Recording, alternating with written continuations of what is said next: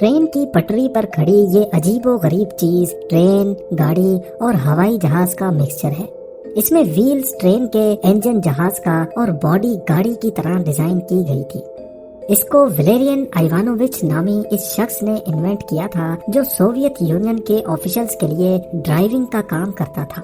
अब ये तो हम सबको मालूम है कि रशिया उस वक्त सोवियत यूनियन हुआ करता था और ये बहुत ही बड़ा मुल्क है। इसके एक कोने से दूसरे कोने तक पहुंचने के लिए ऑफिसर्स को कई हफ्ते लग जाते थे। इस मुश्किल को आसान करने के लिए वलेरियन, जो उस वक्त 25 साल का था, उसने एक नई इन्वेंशन करने का इरादा किया। उसने ये गाड़ी नुमा जहाज डिजाइन किया जो चलेगा तो रेल की पटरी पर, लेकिन इसमें एक जहाज का इंजन फिट किया गया था। इसके पीछे एक प्रोपेलर भी लगाया गया ताकि इसकी स्पीड फौरन ही बढ़ाई जा सके। 140 किलोमीटर पर आवर की स्पीड से ट्रेवल करने वाली इस इन्वेंशन को एरो वैगन का नाम दिया गया। याद रहे कि ये बात 1921 की है और उस दौर में इतनी स्पीड अचीव करना वाकई एक एक्स्ट्रा ऑर्डिनरी बात थी।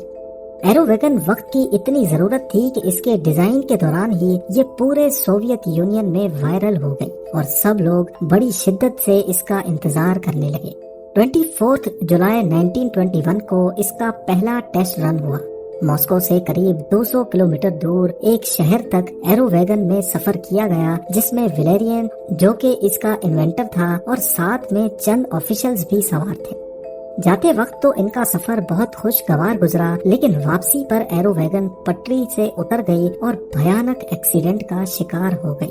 तमाम सोवियत ऑफिशियल समेत वलेरियन भी इस हादसे में मारा गया। जिम टीवी की वीडियोस में एक बार फिर से खुशामदीद। नाजरीन, सोवियत इन्वेंटर वलेरियन कोई पहला शख्स नहीं था जिसको अपनी ही इन्वेंशन ने मौत के घाट उतार दिया हो। हिस्ट्री में ऐसी बेशुमार कहानियां मौजूद हैं। आइए ऐसी 4 इन्वेंशंस के बारे में जानते हैं। जब ये अपनी इनिशियल फेज में थी तो इन्होंने अपने ही इन्वेंटर की जान ले ली थी। Number 4, light house.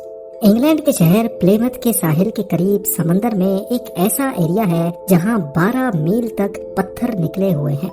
17वीं सेंचुरी के दौर में हेनरी विंस्टैंडली नामी एक इंजीनियर यहाँ से अपनी 5 शिप्स लेकर जा रहे थे। रात के अंधेरे में उनको ये पत्थर दिखाई नहीं दिए, जिसकी वजह से उनकी 2 शिप्स इन पत्थरों में फंस गईं और टूटकर तबाह हो गईं। उनको ये स्पॉट शिपिंग इंडस्ट्री के लिए बहुत खतरनाक लगा। अब क्योंकि वो खुद एक इंजीनियर थे तो उन्होंने इस मसले का सॉल्यूशन निकालना चाहा। हेनरी ने 1696 में एक लाइट हाउस डिजाइन किया जो दूर से ही शिप कैप्टन्स को इन पत्थरों से दूर रखने का इशारा देगा। इनका डिजाइन अप्रूव हो गया और उन्होंने लकड़ी और ग्रेनाइट से लाइट हाउस की कंस्ट्रक्शन स्टार्ट कर दी।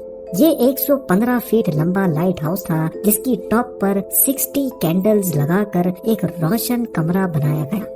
अगले 7 सालों तक ये लाइट हाउस शिप्स को इन पत्थरों से बचाता रहा, लेकिन फिर एक दिन जब हेनरी लाइट हाउस में ही मौजूद था, एक तूफान आ गया।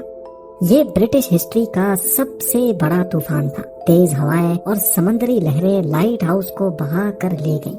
उस दिन के बाद से ना ही वो लाइट हाउस मिला और ना ही हेनरी का कोई अता पता चल सका। Number 3, leaded fuel. ये इतिहास की सबसे खतरनाक इन्वेंशन थी, जिसने इन्वेंटर को छोड़कर पूरी दुनिया में 75 लाख लोगों की जान ले ली। थॉमस मिजली ने दुनिया में पहली बार लेडेड फ्यूल इन्वेंट किया था। वो फ्यूल जो आज हम गाड़ियों में इस्तेमाल करते हैं वो अनलेडेड फ्यूल होता है, लेकिन पहले ये लेडेड फ्यूल कहलाया जाता था। इस फ्यूल में लेड केमिकल इस्तेमाल होता था, जिसकी इन्वेंशन ऑटोमोबाइल इंडस्ट्री के लिए एक बहुत बड़ा ब्रेक थ्रू थी। इस इन्वेंशन की वजह से थॉमस मिजली को कई अवार्ड्स भी मिले, लेकिन इस फ्यूल ने माहौल में, एटमॉस्फेयर में लेड की क्वांटिटी को बढ़ा दिया, जो कि जानलेवा लेड पॉइजनिंग का बायस बनी। इनकी अपनी फैक्ट्री के कई वर्कर्स की मौत होने लगी, लेकिन इसकी असल वजह लेड पॉइजनिंग थी, ये उस वक्त किसी को भी मालूम ना पड़ सकी। कई सालों की जांच के बाद लेडेड फ्यूल को हटाकर अनलेडेड फ्यूल से रिप्लेस तो कर दिया गया, लेकिन तब तक ये दुनिया को बहुत नुकसान पहुंचा चुकी थी। 51 इयर्स की एज में थॉमस मिजली को लेड पॉइजनिंग की वजह से पोलियो हुआ और वो बेड पर आ गए। انہوں نے اپنے خود کے بیڈ کے لیے ایک پلی سسٹم ڈیزائن کیا جو ان کو بیڈ پر آسانی سے سیدھا بٹھا دیتا تھا، وہ بھی بغیر کسی کی مدد کے۔ ایک دن ان کے اپنے ہی بنائے ہوئے پلی سسٹم کی وائرز ان کے گلے میں پھنس گئیں اور دم گھٹنے کی وجہ سے ان کی موت ہو گئی۔ نمبر 2، فلائنگ کارز بڑے عرصے سے سائنس فکشنل اسٹوریز کا حصہ رہی ہیں، لیکن اب حقیقت میں ایسی فلائنگ کارز بنائی جا چکی ہیں جنہوں نے انٹر سٹی فلائٹ ٹیسٹ بھی پاس کر لیا ہے۔ پر دنیا کی سب سے پہلی فلائنگ کار 1970s میں ہیری اسمولنسکی نے انوینٹ کی تھی۔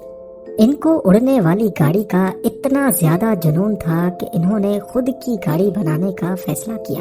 ہیری نے ایک ایسا ونگ سسٹم ڈیزائن کیا جو لوگوں کی موجودہ گاڑیوں میں انسٹال کیا جا سکتا تھا، تاکہ نارمل حالات میں جب گاڑی کو اڑنا نہیں ہو تو وہ نارملی روڈ پر بھی چل سکے۔ اس کے لیے ہیری نے ایک پروٹوٹائپ بنایا جس میں سیسنا ایئر کرافٹ اور فورڈ پینٹو کے پارٹس استعمال کیے گئے۔ اس پروٹوٹائپ کو فورڈ سیسنا کہا جاتا تھا۔ 11 سپٹمبر 1973 کو کیلیفورنیا وینچورا کاؤنٹی ایئرپورٹ سے اس پروٹوٹائپ کو ٹیک آف کیا گیا۔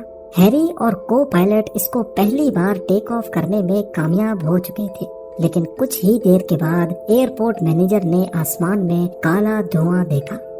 معلوم پڑا کہ فلائنگ کار کریش ہو گئی ہے، جس کی وجہ سے پورے شہر کے اوپر کالے دھوئیں کے بادل منڈلا رہے ہیں۔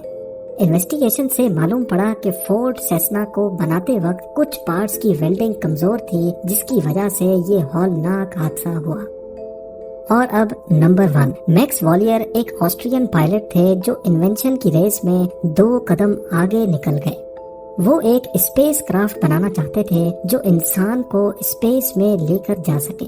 ان کو اچھی طرح معلوم تھا کہ اسپیس میں جانے کے لیے بہت زیادہ اسپیڈ کی ضرورت ہوتی ہے، جبکہ اس وقت کے جہازوں کی اتنی اسپیڈ نہیں ہوتی تھی۔ لہذا میکس نے پہلے ایک راکٹ بنایا جس کو گاڑی پر انسٹال کیا گیا۔ اس راکٹ کی مدد سے یہ گاڑی 232 کلومیٹرز پر آور کی اسپیڈ سے چلنے میں کامیاب ہو گئی، لیکن یہ اسپیڈ اسپیس میں جانے کے لیے بہت کم تھی۔ میکس نے راکٹ فیول کو چینج کر کے زیادہ تیزی سے جلنے والا فیول بنانے کا فیصلہ کیا۔ 18 مئی 1930 کو وہ اس نئے فیول کو بنانے کا ایکسپیریمنٹ ہی کر رہے تھے کہ کچھ گڑبڑ ہوئی اور ایک راکٹ بری طرح سے پھٹ گیا۔